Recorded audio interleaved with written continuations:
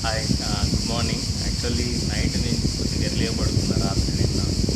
So నిన్న Friday weekend అయినా నేను బయటకు వెళ్దాం అనుకున్నా కానీ కుదరలేదు, వెళ్ళలేదు. వచ్చిన 10 కట్ల వచ్చిన ఇట్లే పడుకున్నా, ఏం వండుకోలేదు, తినలేదు కూడా. పొద్దున్న లేవగానే బాగా అక్కడికి ఉండి కొద్దిగా ఇమ్మీడియట్గా లేచి ఫ్రెష్ అప్ అయి చికెన్ చేస్తాను. చికెను ప్లస్ బ్రౌన్ రైస్, ఈ రెండు నా బ్రేక్ఫాస్ట్ ఈరోజు. ప్లస్ లంచ్ కూడా అదే, తెలియదు ఈవినింగ్ కూడా డిన్నర్ కూడా అదే కావాలి. ఎందుకంటే ఇంకా వండుకుంటాను లేదా టైం లేదు, తెలియదు కాబట్టి. So these are my breakfast. And తిన్నాక షాపింగ్ వెళ్ళాలా, షాపింగ్ చేసుకోవాలి.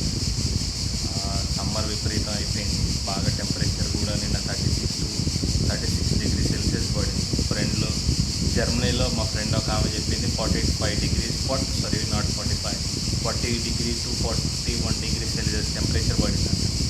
సో చాలా దారుణంగా ఉంది.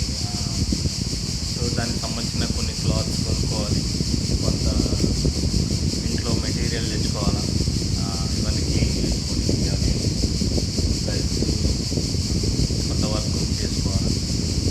ఈరోజు బయటకు వెళ్దాం అనుకున్నా, బట్ కుదరలేదు.